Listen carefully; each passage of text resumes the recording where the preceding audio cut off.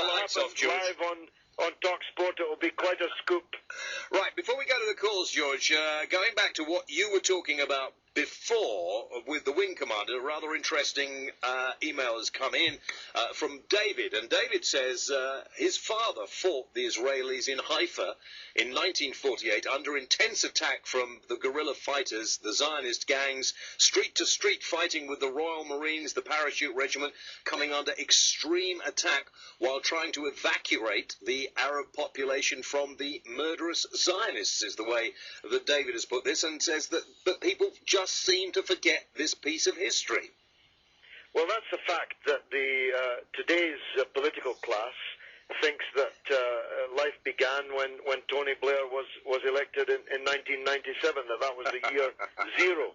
And some of the news reporters that I've come up against, most famously on the altercation on Sky News, which nearly 1 million people have watched on just one website in England, and you can see that on georgegalloway.com. It's clear that they think that the clock started 4 or 5 weeks ago, not knowing apparently that the conflict that we're discussing here tonight, James, goes right back to the days that the Wing Commander and David's father were talking about. Now, Haifa, which has come up tonight, was once a wholly Arab city, and now it's 6% Arab. Where did the other 94% go? Well, most of them are living as refugees in the very Jenin refugee camp that one of our callers earlier, David, was so dismissive about.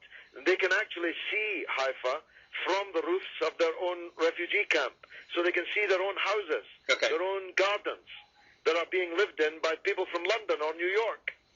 All right, a lot of emails like this one from Brett, who accused me of not giving you a hard time. It's not my place to give you a hard time. This is your program, George, not mine. But apparently want to hear you answer the accusation put before you that Hezbollah are really a bunch of terrorists and they shouldn't just be allowed to get off as lightly as apparently I'm allowing you to let them off tonight. Now, let me just make one point, if you don't mind, George. I heard Al-Qaeda try to align themselves with Hezbollah some months ago. Hezbollah spokesman came out and said they didn't want to have anything to do with the murdering terrorists of Al-Qaeda. It gets slightly confusing. That's a very significant point, James, and I'm glad that you brought that up.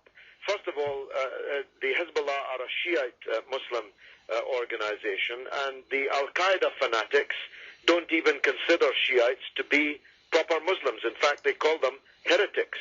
And some of the attacks, some of them, on Shiite targets, mosques and worshippers in Iraq have been mounted by Al-Qaeda in Iraq.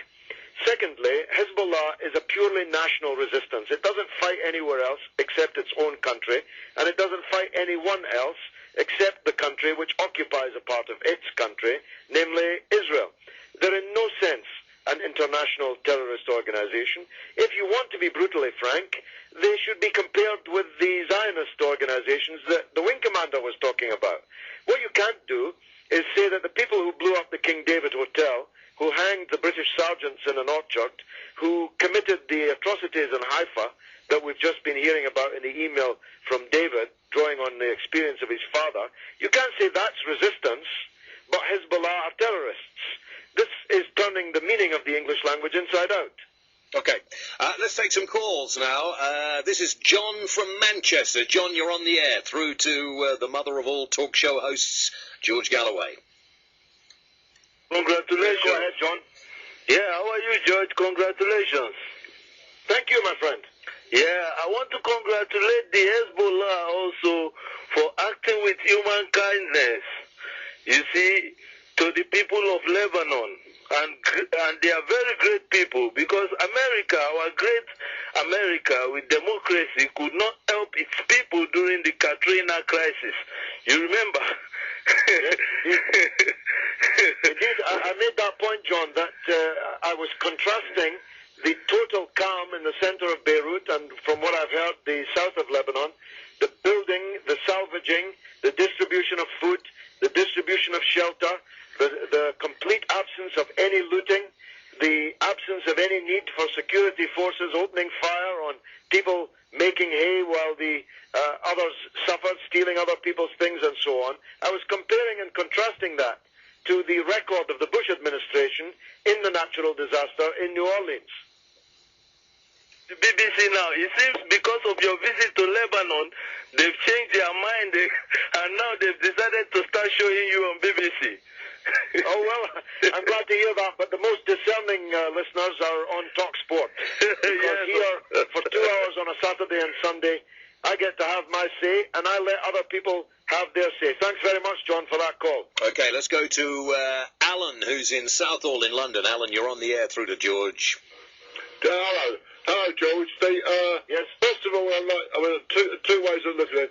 First of all, you're a great arguer in what you've done in America, and that you're one of the best arguers that I've ever heard. But the point is that the general thing is that these people out there in this country, in our country, look at it in general situation, our country, the big heroes of our country, Churchill and Nelson, if they was attacked or in any way like the Israelis was, they would have say like Nelson had let the French off, and Churchill had let the Germans off. I mean, we'd be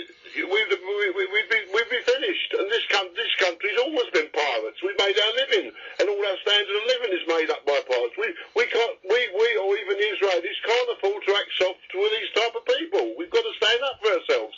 They've blown up America. They've blown up England. They laugh at us when they do it. And if you,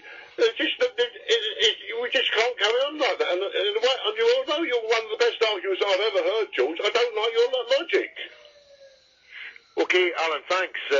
Like the curate's egg, your call was good in parts for me, and I'm grateful for that. I'm glad you brought up Churchill, because one of the most famous of Churchill's dictum was that jaw is better than war.